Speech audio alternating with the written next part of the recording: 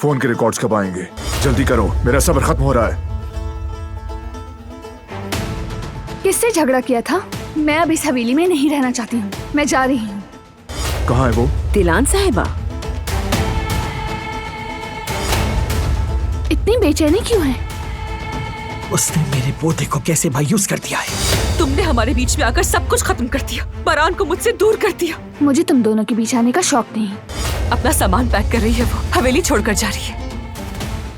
मैंने तैयारी कर ली है, तुम इजाजत दो या ना भी दो, मैं इस हवेली से जा रही हूँ।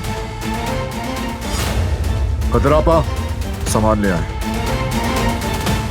ये तो मेरा सामान है। इस घर से कोई जा जरूर रहा है, लेकिन वो तुम नहीं।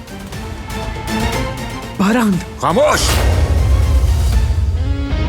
वो कहानियाँ अधूरी जो न हो सकेगी पूरी, उन्हें मैं भी क्यों सुनाऊं, उन्हें तुम भी क्यों सुनाओ।